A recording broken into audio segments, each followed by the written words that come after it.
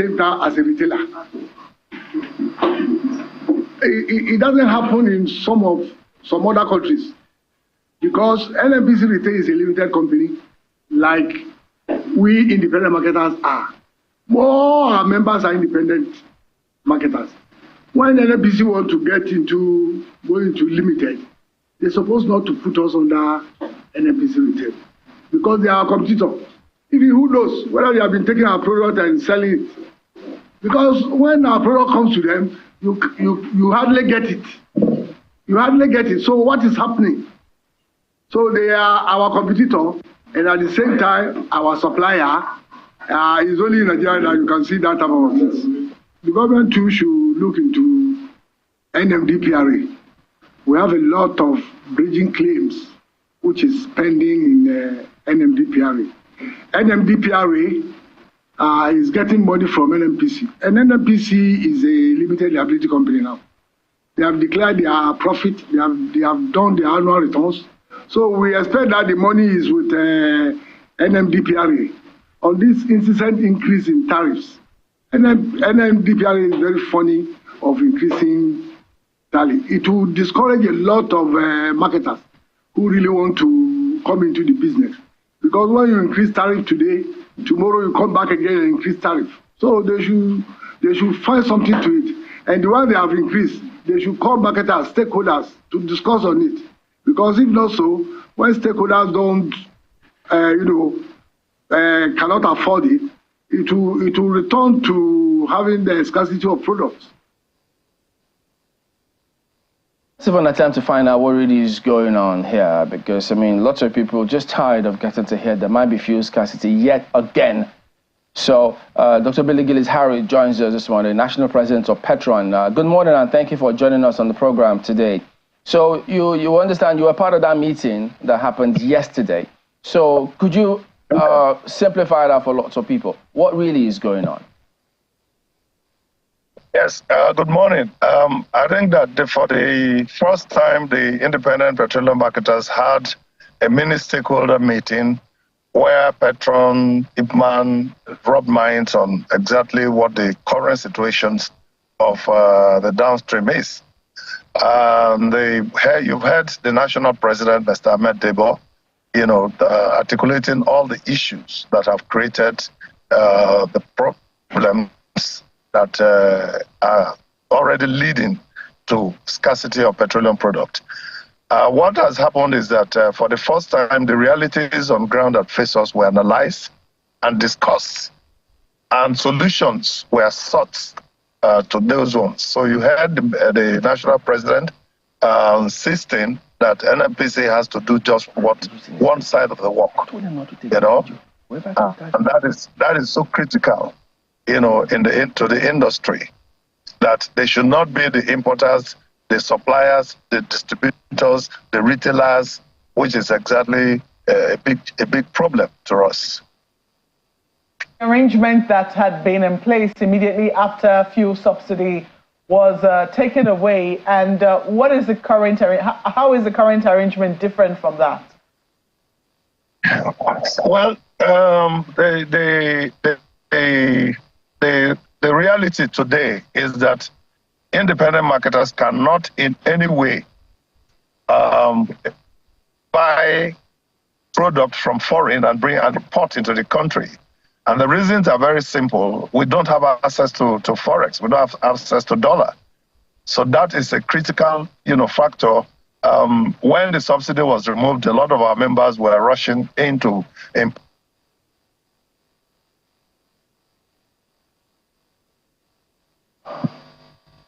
The reason it didn't happen is simply because we did not have access to US dollars.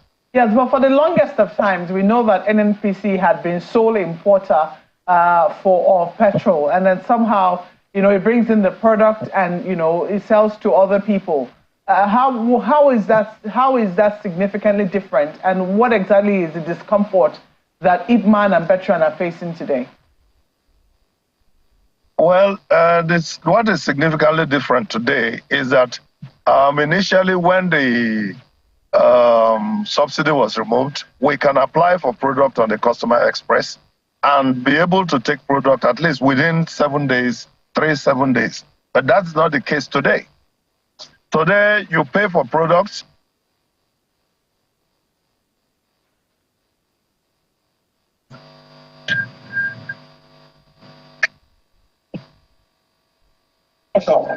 You have to forgive me, Mr. Billy Gillis-Harry. I didn't catch the explanation you gave, sir. I said, right now, we are having the challenge of not being able to pick up our products as at when we expect. When we pay for product, we want to be able to pick it up the next day or the next 3 days. That is not the situation today. So we need to address it very clearly. Has any explanation been given for that? Well, the only thing we have heard is that there's a supply glitch, and that's a big problem. Okay.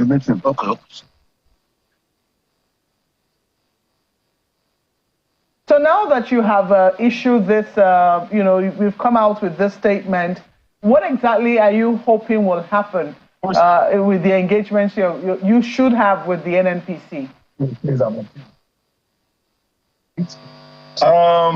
Well, we have requested the National Assembly to step into this issue. We believe that a much wider stakeholder meeting that will be very transparent will be analyzing the whole issue. And we look forward to that in the coming days. Other than that, we just hope, that NNPC itself will be able to understand what to do. But that's not the only problem. We're also having problem with cost hiking from NMDPRA, on charges for renewing our licenses. And now we are going to be faced with some sanctions that is no fault of ours. We're applying to renew our licenses, and it's not going as fast as to want. Can you explain what you mean by cost hiking, please? Well, first of all, the cost of renewing a license or even getting a new license to operate a filling station is getting very exorbitant. And we have engaged the authorities to let them know that that is not going to be in any way beneficial to the industry. So that's where we are. And we are hoping that also in the coming weeks. Well, it's a long list. If I was sitting down on the desk, I would have been able to reel them out to you. But if you want, we can share this information with you. Okay. How significantly changed are now the costs? I mean, can you say in terms of percentages? About, 900%, 700%, 300% hike. And that's very difficult for my members. Retail outlet owners are already suffering from the subsidy removal. We do not have an adequate source to fund our business. And so, COVID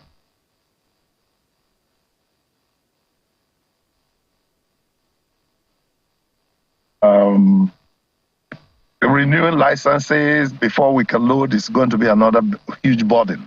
And so we need all of those things to be discussed holistically. Let us analyze the implications, analyze how it affects the industry, and get the NMDPR and NNPC to ensure that they support retail outlet owners. For crying out loud, we still have over 80%. We still have over 80% of the industry. Well, so we need to work. And most of our members are already packing out of business. Their retail outlets are being taken over by weeds because they can't buy product at 25 to 30 million naira per truck and take to their stations, and they do not even have enough patronage because the crunch is affecting everybody. The buyers are not even so much there. That's why sometimes when I hear queues welling up, it's surprising to me because you have stations that are having 10,000 liters of product that didn't sell for even 3 weeks or 2 months. That's something they should normally sell in a day. So at the moment, the industry, so after that meeting held yesterday, has that matter been escalated, and what is the plan moving forward? Well, PETROAN has escalated our situation even right yesterday. We have communicated to NNPC to tell them what the challenges are. We have also communicated to NMDPRA, and we're also communicating to the Secretary to the Government of the Federation, the National Security Advisor, on all of these issues, especially even the amount of money that we are being made to pay to take one truck by Looming and PTD. And that is a major issue that nobody is even addressing, that we are paying money for what we cannot even substantiate or explain to Looming. We should not be making the business more difficult, because if we do not have money to buy product we cannot supply and we cannot sell, and that should not be the case, because we're already facing their consequences in this country. And we need to make everything about our economic life more productive, more reasonable, more easier to handle. That's where we are. So PETROAN has escalated, and I believe that IPMAN will also escalate. So is there ever what many can describe as, if not permanent, at least a long-term solution? Because whenever it appears as though Nigerians are getting a breather, there's always something that comes up and people are threatened with another petrol scarcity. Well, we will not threaten anybody with petrol scarcity. We're only talking about what the realities are and what the difficulties are that should be addressed. And this should be addressed in a very holistic manner. And I think it's time for the president himself to be involved in some of these discussions and negotiations, because at the end of the day, this is our country that he's the leader. And we have seen that downstream petroleum operation is a very critical input into the stability and growth of the economy. So we appeal to the president to call for a full stakeholder meeting that involves MOMAN, TAPMAN, IPMAN, PETROAN, Looming, NMDPRO, NNPC. Let's get this matter properly analyzed and resolved. We need to do that so that Nigeria can be at peace. Okay, if you could just go over that. I mean, so what is it now that IPMAN and PETROAN, what do you want to be done to ensure that we don't face this kind of challenge again? First thing we need to do is we want to NNPC to interface with us and review the new charges that they have foisted on us. We need to reduce it drastically. We need to engage with NNPC and let them know that at the moment, they are the sole importers of PMS. We need to know exactly what they're doing, and the entire transaction should be transparent. We need to know how our products are paid for and how they are badged and how we should be able to get our product. The idea of saying that by the 10th of this month, if we do not renew our licenses, they are going to remove us from the Customer Express should be stopped forthwith, because to even renew the licenses itself is a Herculean task. There's so much to be done in doing that. You have to get your task clearance, you have to get so many test reports before you can even renew your licenses. And then we just woke up one day to see on the Customer Express that we're going to be delisted. So that is a problem. But Dr. Hali, these are administrative issues. Why do you need the president to be involved in this kind of matters? Yes, because when the decisions are taken, it was based, somehow it was premised and hinged on the PIA. And the PIA is not even being interpreted as efficiently and as truthfully as we, the practitioners in the field, the grassroots practitioners, should be able to understand that. We are called for 1 or 2 stakeholder meetings where what we were given was just what has been decided. And we, at that material time, also kicked against it. But now the prices are being insisted on and being implemented. So that is a problem that requires the president and his team to be involved in, so that we can get this clear. We need to operate in a business environment that's friendly to us. We cannot be borrowing money and paying cost on it on top of borrowing money and paying cost on it on top of borrowing money, paying cost on it. And so very soon we'll get fizzled out of business. We don't want that to happen, because it's going to impact Nigeria. Is that to say that as at the time that NNPC said that they had liberalized the market, if anybody wanted to import, go ahead and do that? So are you suggesting people should not rely on that narrative from the NNPC? NNPC did not in the first place have the authority to say anybody should import. The ones that have the authority is the NMDPRA, and they gave that opportunity to everybody. But while you apply for licenses that are not also cheap, how do you assess funds to be able to execute the business? That is the challenge. So is it NNPC's responsibility to make sure you access funds? Of course, NNPC. No, I mean NNPC's. Is it their responsibility to make sure that importers can access funds to import? No, that is the work of the central bank. When we apply for Forex, it's the central bank that's supposed to do that approval. We don't have it. So NMDPR has given us leverage to be able to apply to become importers. And they do approve and process our applications. But after you have gotten the process fully done and gotten your license, you must have to access funds from the Forex. Because nobody is going to be giving you petroleum product in Nigerian Naira. So if nothing changes, if nothing changes after this meeting up until 10th, 11th, 12th, what kind of scenario will we be faced with? Well, I do not think that any drastic action will be taken. We are not threatening to shut down business. We are only saying that our businesses are being impacted negatively and it's affecting the Nigerian economy. So let us focus on how to change that. That is the conversation. Ayo. Well, thank you, Chamberlain. Well, Mr. Gillis-Harris, let me begin by asking this very simple question. From all that you have said, and from the experiences that all of you in the downstream sector are having, does it indicate that the downstream sector has indeed been fully deregulated?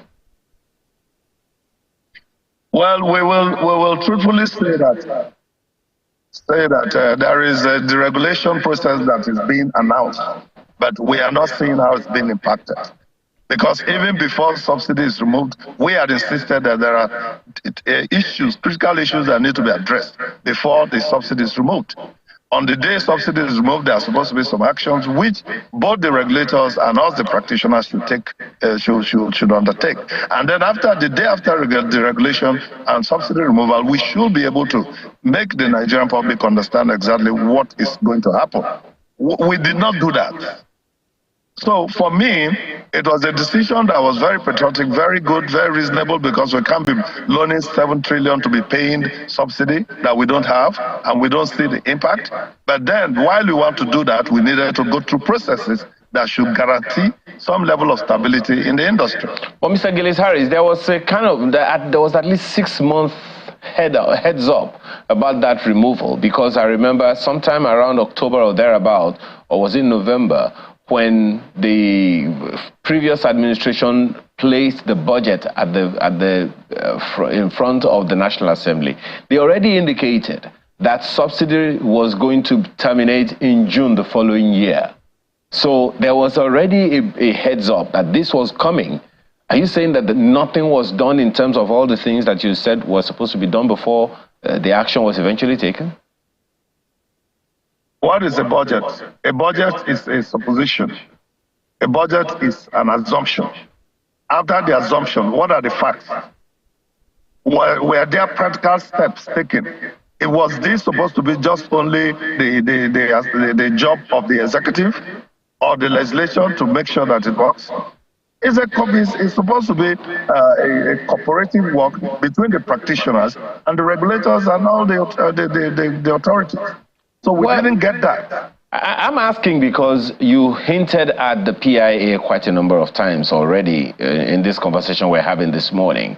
And if one of the condition precedents, one would assume, was the complete removal of the fuel subsidy, so that the Petroleum Industry Act, can have its full life in the petroleum sector in Nigeria entirely. That's the basis for the question. The answer I'm giving to you is very simple and straightforward. You have a plan.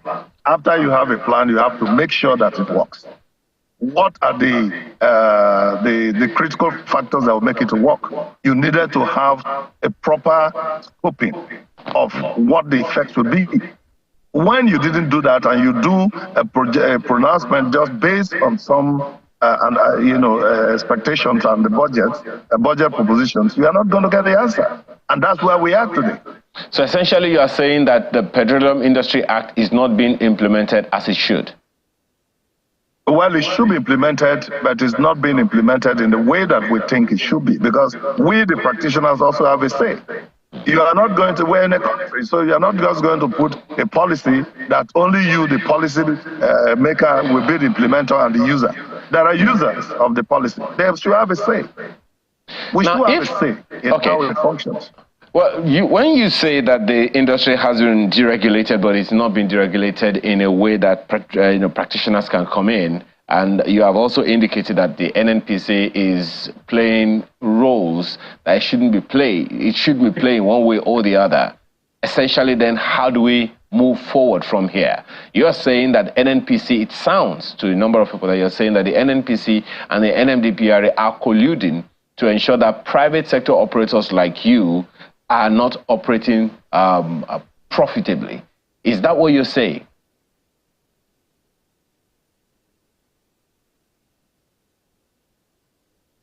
Can you hear me, Mr. Gillis Harry?